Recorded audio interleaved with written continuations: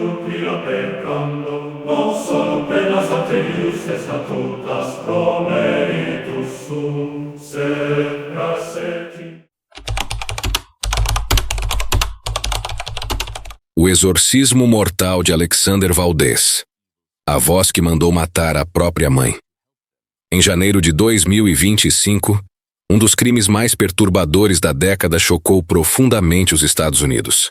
Na silenciosa cidade de Texas City, um jovem de 25 anos, aparentemente comum aos olhos dos vizinhos, cometeu um ato que ultrapassou os limites do entendimento humano. Alexander Valdez assassinou brutalmente sua própria mãe durante o que descreveu como um ritual de purificação espiritual. Segundo suas palavras, ele estava possuído, e uma força superior o teria instruído a cometer o ato em nome de Deus. Mas o que realmente aconteceu naquela casa? O que parecia ser apenas mais um crime doméstico se revelou, para os investigadores e psiquiatras forenses, um mergulho angustiante nos efeitos devastadores de delírios religiosos não tratados. Alexander não era apenas mais um assassino. Ele acreditava genuinamente estar libertando a alma da mãe de uma entidade maligna. O que ele chamava de exorcismo era, na verdade, um ritual cruel, conduzido por um homem tomado por visões, vozes e paranoia mística. Este documentário revela todos os detalhes sombrios desse caso. As anotações encontradas nos cômodos, com frases em latim, símbolos religiosos e súplicas para a salvação, onde gritos, preces e palavras incompreensíveis ecoam sem parar. O perfil psicológico de Alexander, marcado por uma infância em ambiente ultra-religioso, traumas silenciosos e sinais claros de declínio mental, todos ignorados. Newsweb Doc convida você a acompanhar esta investigação macabra, onde fé cega, isolamento psicológico e uma suposta presença demoníaca culminaram em uma tragédia familiar devastadora. Prepare-se para conhecer a verdadeira história por trás de Alexander Valdez, o jovem que acreditava estar lutando contra o mal, mas que talvez ele mesmo já estivesse tomado por ele. A vida de Alexander. Alexander Valdez era filho único de imigrantes latinos, criado sob os pilares do conservadorismo religioso. Cresceu em um lar marcado por disciplina severa, orações diárias e um constante temor do inferno.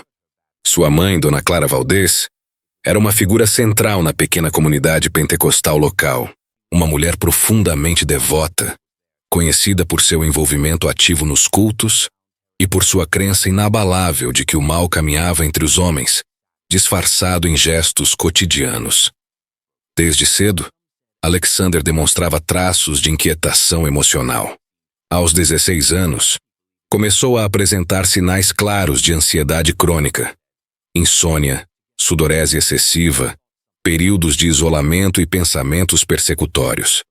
Durante a juventude, os episódios de instabilidade emocional se tornaram cada vez mais frequentes. Mas em vez de procurar ajuda clínica, a família optava por orações e jejuns, acreditando que tudo era uma provação espiritual. Aos 21 anos, os sintomas evoluíram para um estágio alarmante. Alexander começou a relatar que ouvia vozes durante a madrugada.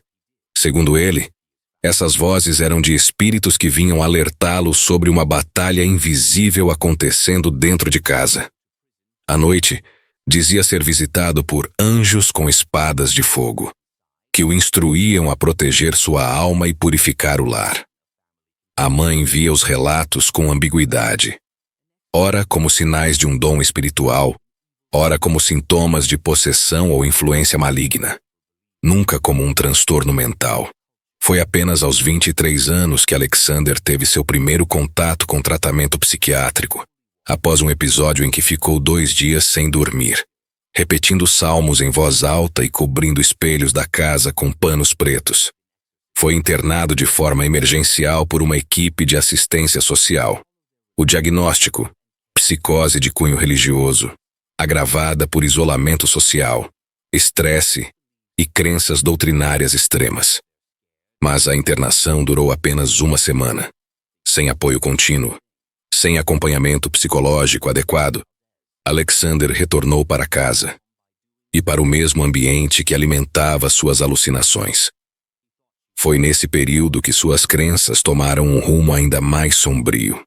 Segundo relatos posteriores, ele afirmava que sua mãe havia se tornado um instrumento das trevas e que escondia demônios entre as paredes da casa. Dizia que a voz de Deus estava cada vez mais clara e que o tempo de agir havia chegado. A convicção do exorcista. Em meados de 2024, Alexander Valdez rompeu definitivamente com a igreja pentecostal tradicional que frequentava desde a infância.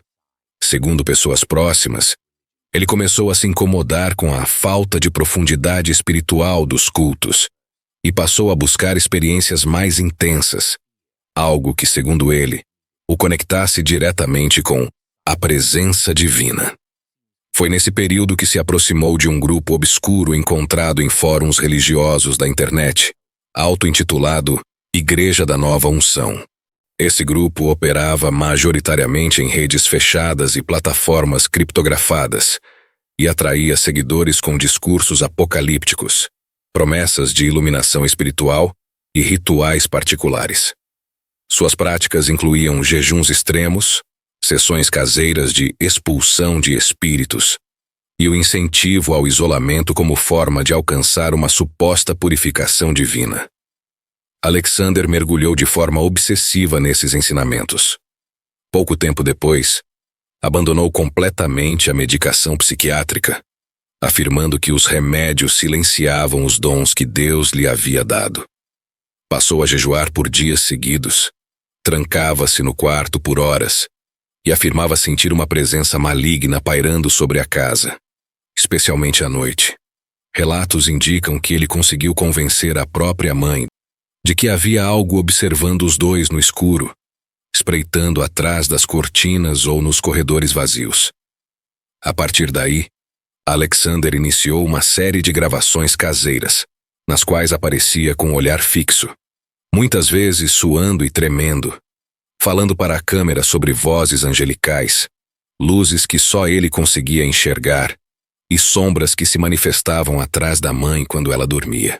Em uma dessas gravações, que mais tarde foi apresentada pela promotoria como evidência do estado mental de Alexander antes do crime, ele diz com frieza inquietante: "Minha mãe, ela não é mais ela. Tem algo por trás dos olhos dela. Eu preciso libertar a alma dela antes que seja tarde." Na filmagem, seu tom de voz é calmo, quase reverente, como se estivesse prestes a cumprir uma missão sagrada. Para ele, aquilo não era um crime. Era um chamado, um exorcismo necessário, como os ensinamentos distorcidos da seita haviam sugerido.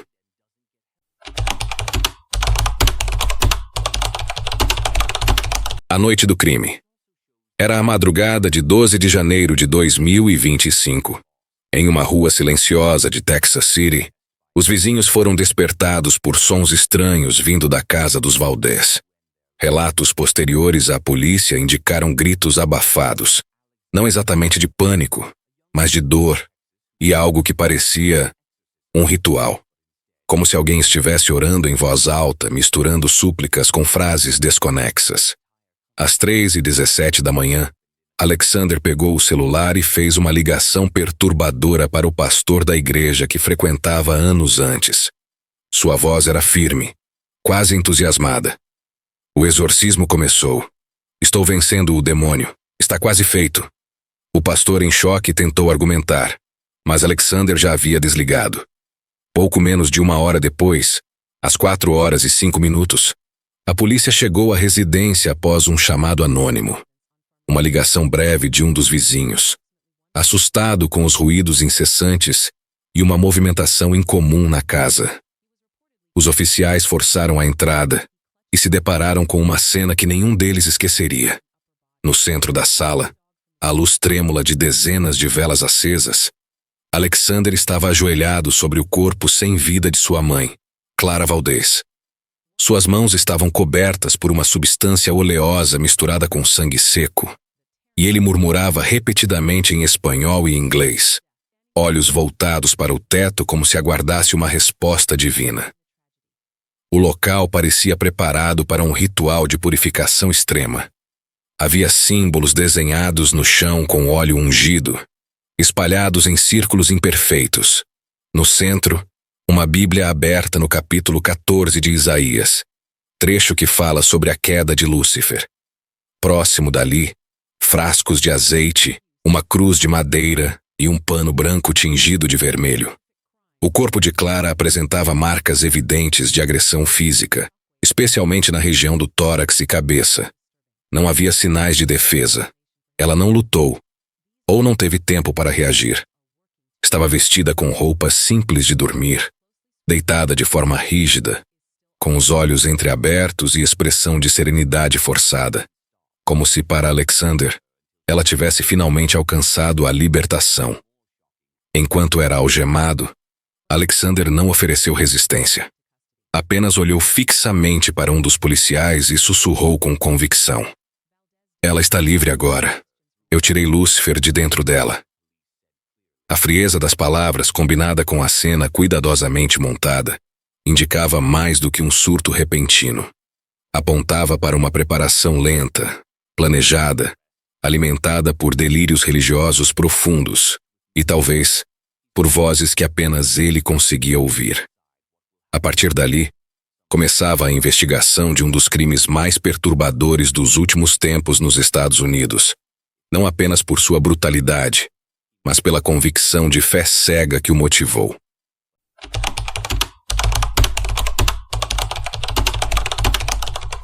O julgamento e a controvérsia. O caso rapidamente ganhou proporções gigantescas, dominando os noticiários dos Estados Unidos e repercutindo intensamente no cenário internacional. Debates acalorados e polarizados tomaram conta das redes sociais, das emissoras de TV e dos jornais, dividindo opiniões entre especialistas religiosos e o público em geral. Durante o processo, vários psiquiatras foram chamados a depor. Eles concordaram que Alexander sofria de esquizofrenia paranoide, caracterizada por delírios intensos, incluindo uma convicção messiânica de que tinha uma missão divina a cumprir. Esses profissionais enfatizaram que a mente perturbada de Alexander não conseguia discernir a realidade, o que complicava a avaliação sobre sua responsabilidade criminal. Por outro lado, líderes e grupos religiosos emergiram defendendo o jovem, classificando o ato como um erro de discernimento espiritual. Para eles, Alexander não era um criminoso, mas sim uma vítima de forças sobrenaturais e de uma batalha espiritual mal compreendida. Esse argumento incendiou ainda mais o debate público, trazendo à tona discussões sobre fé, saúde mental e justiça. Em meio a tudo isso, a promotoria trouxe à tona uma revelação perturbadora. Clara, a mãe de Alexander, havia tentado buscar ajuda 4 dias antes do crime fatal. No entanto, sua denúncia foi ignorada ou subestimada pelas autoridades, um fato que levantou questionamentos graves sobre falhas no sistema de proteção e atendimento a vítimas em situação de risco. No tribunal, o momento da sentença foi carregado de tensão. Alexander, com um sorriso estranho e inexplicável, ouviu a condenação. Para ele, não havia culpa ou arrependimento. Ele estava convencido de que, ao tirar a vida da mãe, havia libertado sua alma do inferno, cumprindo um propósito divino. A sentença veio: homicídio qualificado, acompanhado da recomendação unânime de internação psiquiátrica perpétua. A justiça reconheceu o perigo que Alexander representava, mas também a fragilidade de sua condição mental. Ele não enxerga a morte como um crime, afirmou um dos peritos. Para ele foi um ato de salvação.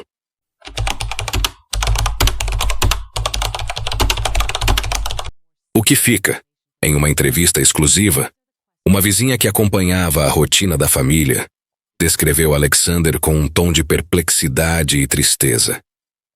Ele sempre foi educado, reservado, Talvez um pouco excêntrico, mas jamais imaginei que seria capaz de algo assim contra a própria mãe. Entre os pertences deixados por Clara, foram encontrados fragmentos perturbadores de seu diário pessoal. Alexander afirma ver anjos, figuras que ninguém mais consegue perceber. Mas o que me assombra é o medo do que ele realmente enxerga por trás desses anjos. Este caso expõe, em sua essência, uma dura reflexão. Quando a fé cega se mistura com o desequilíbrio mental, o desfecho pode ser trágico e imprevisível. Uma colisão entre o sobrenatural e a psicose. Além do impacto imediato, o episódio levanta um sinal vermelho para questões profundas e urgentes. A proliferação de grupos religiosos sem qualquer tipo de supervisão ou regulamentação, que podem incentivar interpretações perigosas da espiritualidade. A carência de suporte real e efetivo para pessoas que enfrentam transtornos mentais graves, muitas vezes invisíveis à sociedade. E, sobretudo, o delicado e perigoso limite entre a fé autêntica e o delírio, que pode transformar a crença em algo mortal. O legado deste caso permanece como um alerta silencioso, mas contundente, para a necessidade de diálogo e vigilância em torno desses temas.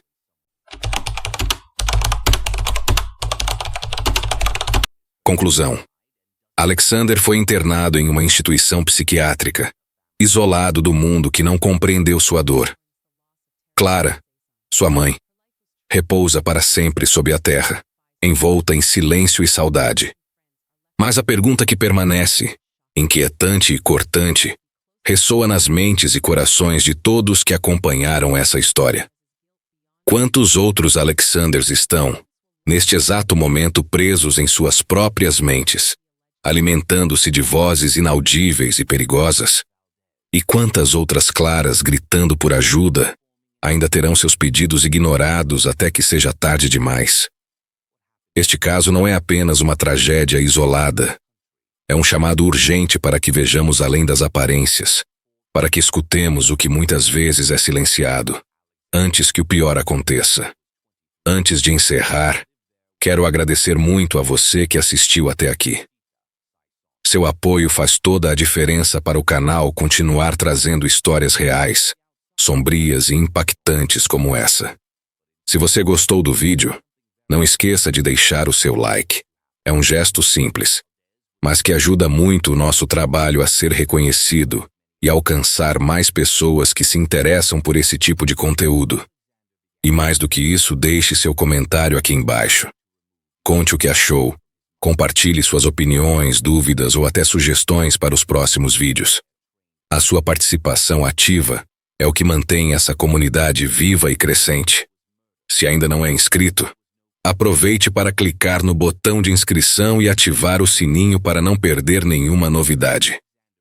Muito obrigado por fazer parte da família NewsWeb Doc. Juntos, seguimos desvendando os mistérios mais obscuros e reais. Até o próximo vídeo.